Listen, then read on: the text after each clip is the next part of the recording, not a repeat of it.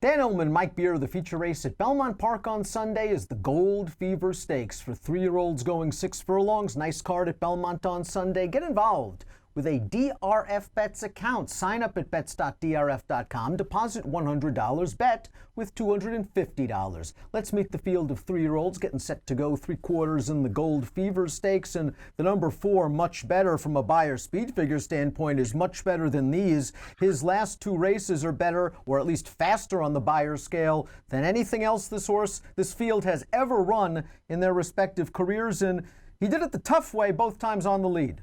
Yeah, I mean, and he's just a standout in this race based off of those 2 races.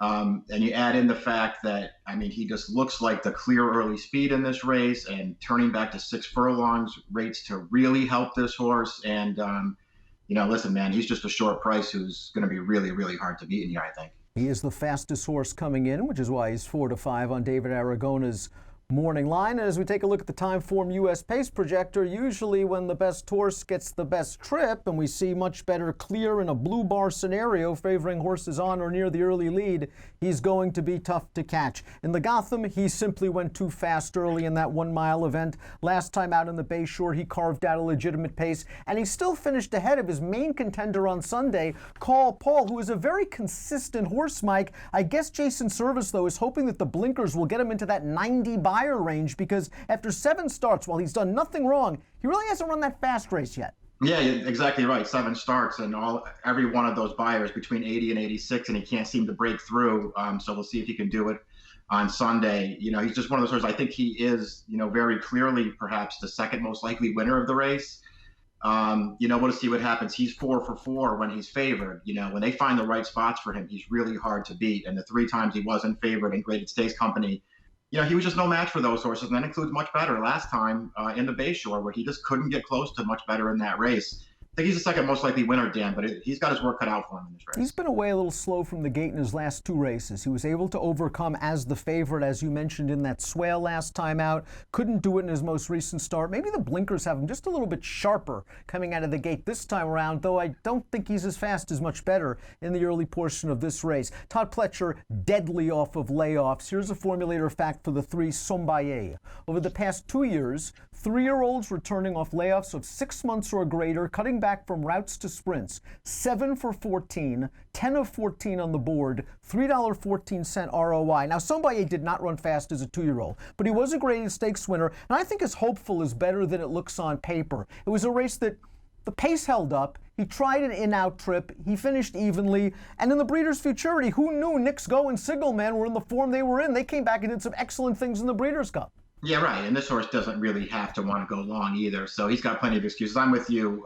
His hopeful was fine. It wasn't a great performance, but it's not a terrible performance either. He's a graded stakes winner sprinting on the dirt. Pletcher is he's aces off of layoffs. You expect this horse to be ready. To me, he's the real wild card in the race. He's the horse who could really jump forward at him. Can you see a big upside move for the 7?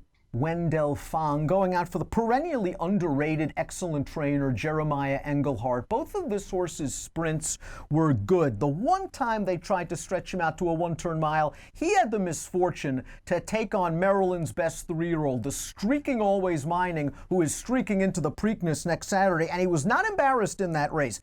If maybe Call Paul puts some pressure on much better, can we see Wendell Fong with a late bid? I mean, we'll see what happens with him. Obviously, he's a horse that it's too early to give up on. He's 2 for 2 sprinting. He's not fast enough to win this race yet, but he's very lightly raced for a good trainer. He could take a step forward in here, Dan, but it's going to have to be a big step forward. And, listen, maybe the blinkers make Call Paul fast enough, but it's not going to be easy to keep up with much better early in this race. Mount Travers might need a wet track. Both of the lifetime wins have come on off-going. He's going turf to dirt, second off the layoff for a fantastic trainer in Linda Rice. The best effort came over a wet track 3 starts back, but that was against kind of weak non-winners of 1 other than's at Laurel. Yeah, we'll see what happens. I like this horse a little bit. I think down the line he might turn out to be okay for Linda. They switched him to turf last time. He didn't run terrible, but I don't think he's a turf horse. Probably better on the dirt. This is just a really tough spot for him. Release the Thunder goes out for Christophe Clement, second off the layoff. This horse was tested for the first time most recently. Don't think he passed the test. I do think he has a little bit of upside potential, but yeah, I can only use him underneath in this tough spot. Yeah, I agree. I wanted him to run a little bit better last time. That was a solid field, but probably not even as good as this one, and he wasn't really up for it. He's got to do better than that. Kosciuszko is multiple stakes placed against New York breds, but the wheels just came off last time out. Maybe he didn't appreciate the sealed sloppy track at Aqueduct that day, but this just seems like a very tough spot to make the first start against open foes. Right, especially for a horse who, sort of wants to do it on the front end, and he's got much better in here who's probably just faster than him. He's got some speed, but it's going to be hard for him to outrun that horse to the front.